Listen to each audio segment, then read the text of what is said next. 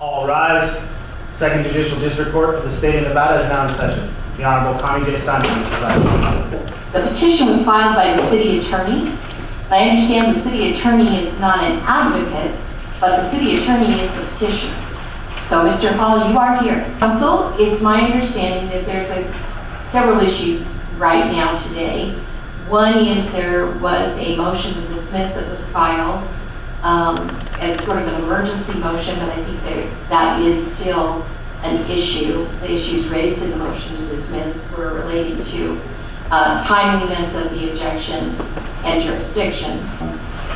And just to work backwards, you work from the date that the candidate can declare and file their candidacy.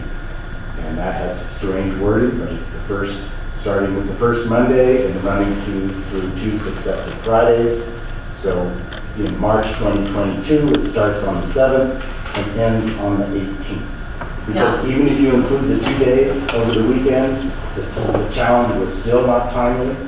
But it's an interesting question, Your Honor, because the statute, in 195 clearly states working days, i.e. no Saturdays, Sundays, holidays. Whereas the statutory provision in 186, the 5 days, does not. But again, it doesn't matter. And so, for our purposes, I think going back to the calendar, the only question that this court, I think, has before it is there some reason why the statute of limitation that expressly applies to this case shouldn't be applied. And the only thing that Mr. Mantle has brought up is the fact that the city clerk gave him a letter that had the wrong statute applicable to the mayoral race or any city municipal races with it. And does that operate to somehow vitiate the state statute? Otherwise, we couldn't find a case.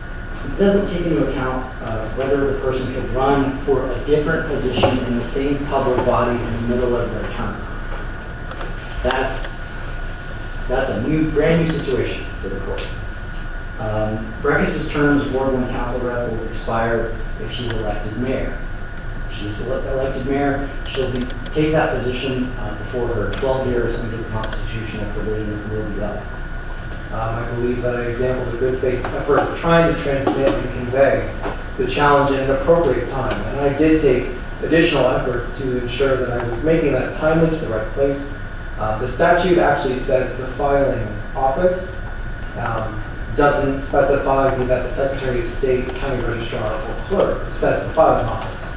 And my understanding was the filing office is ultimately the Secretary of State's office, as all of my expense reports must go there, and ultimately they have the authority over all elections within the state, which is why I went to them first and tried to clarify and ensure that that was the proper venue by taking it upon myself to contact them, as well as travel physically to Carson and speak with Sandy Edwards to that effect.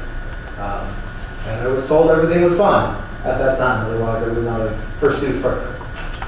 Unfortunately, there's a mutual exclusivity between what the respondent wishes would have happened and what the city clerk had happened. That it was impossible for me to file a challenge in the time frame they suggested to also conform with the challenge that I could legally file with the city clerk's office. There was no avenue for me to bring forth the challenge than to give it to the city clerk in a time frame that the city clerk would allow. The Constitution is clear that this is a matter of eligibility. Eligibility is determined at the time of filing.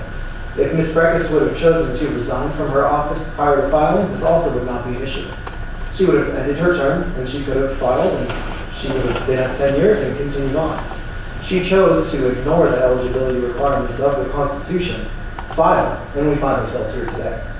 Because I cannot assume that she will be elected mayor such that somehow that obliterates her obligation to be a qualified elector. So you have all provided interesting arguments that the court wants to look at.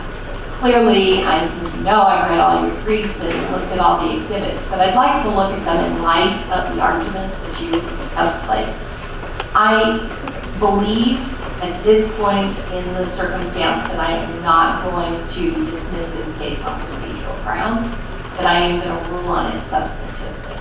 And I understand the necessity to do that quickly and expeditiously so that the ballots can be printed and Ms. Brekhus can know where she's at in terms of this court's decision in case there's further litigation that's anticipated. And the same for you, Mr. Mantle. So I am going to take this under submission. I will prepare a written decision both as to the jurisdiction issue, whether or not I should grant the motion to dismiss, and or if I don't grant the motion to dismiss, the ruling on the substantive issue of the constitutionality of the candidacy. So I can't tell you exactly when that will come, but we will put it ahead of other matters and we will work on it and we will notify you of the decision as soon as we